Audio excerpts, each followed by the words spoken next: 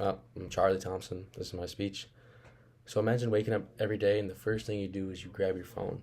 You check your social media, you check Instagram, you check TikTok, you check Snapchat, and you go down a rabbit hole for about 4 hours. Before you know it, it's 12 o'clock and you've wasted half the day and you get out of bed finally and then you feel pretty bad about yourself. Your day's off to a bad start and you feel like you're gonna get nothing done. And I feel like this has happened to all of us, including myself. We're all guilty of this. So today I'm here to enlighten you guys on the abuse of social media and how it's impacting our relationships and our mental health without us realizing it.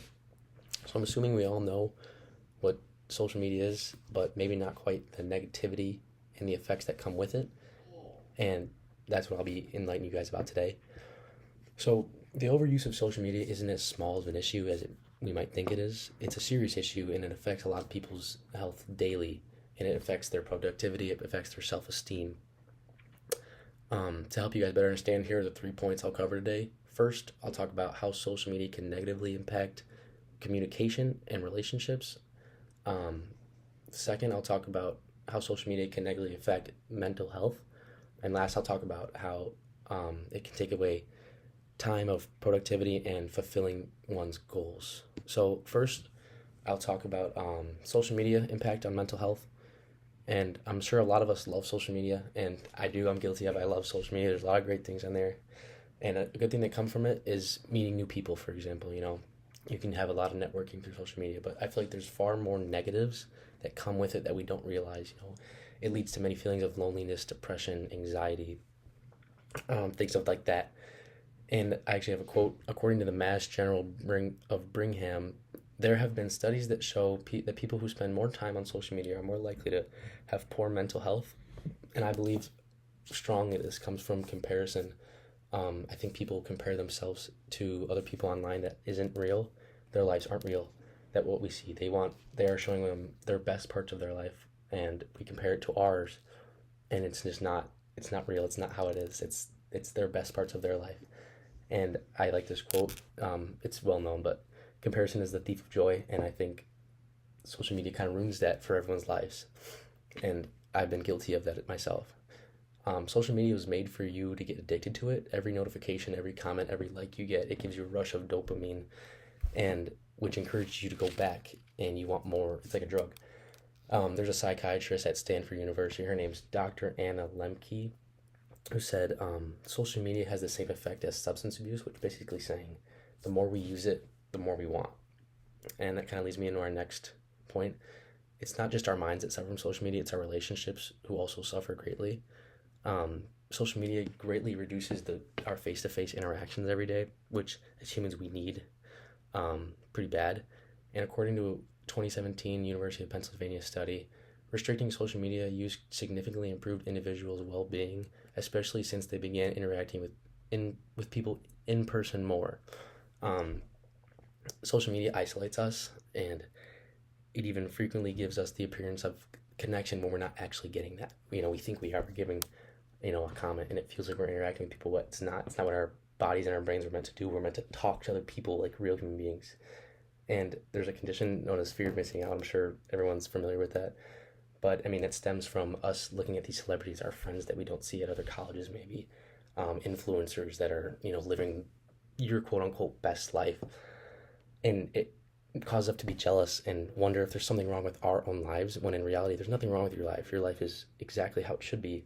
We just get this feeling of needing more and more, and it causes relationships to not be meaningful anymore because you're always searching for something better because of what you're seeing online. And it just causes a constant need for more. And I think that's the problem with social media, is everyone's always reaching for something more. So that kind of brings my last point to social media can take away from our productivity and our willingness to fulfill our own goals. We are all aware of how simple it is to lose yourself down that rabbit hole of endless scrolling, and the typical individual uses social media for about 2.5 hours a day. I found this amounts to about 15 hours per week, which is a study done by the Digital 2022 Global Overview. But if you think about how much time that is over the years, over the months, whatever it may be, where you could put that into something else and whether that's working out, whether it's, school, whether that's a job, whatever it may be, a skill, spending time with your family, you know how much better you'd be at that skill. It's like, it's almost unbelievable to think about how much time we really waste trying to look like someone else or trying to be like someone else or trying to, it's just unbelievable sometimes to me. And with social media being so constant, we kind of lose attention to what's in our own lives. We lose the ability to think deeply or creatively when we are often interrupted by notifications and thoughts about what's going on around us that's not important. It shouldn't be important. And everyone's attention span has gone down as of this. The average time to regain focus after being distracted by a notification is 23 minutes, according to the University of California, a study done there. So our general quality of life and motivation, I think, has gotten demolished by this. So kind of to wrap it up here, we have now talked about the negatives of social media and our mental health now, and I'll talk about how we can probably take some action towards this. So I've kind of made it a goal of mine the last couple months to try to do anything besides scroll on my phone, just be in that loop. Whether that's even just being outside or not even doing something productive, but just anything besides being on my phone. And I've noticed that my life has almost improved in every aspect dramatically.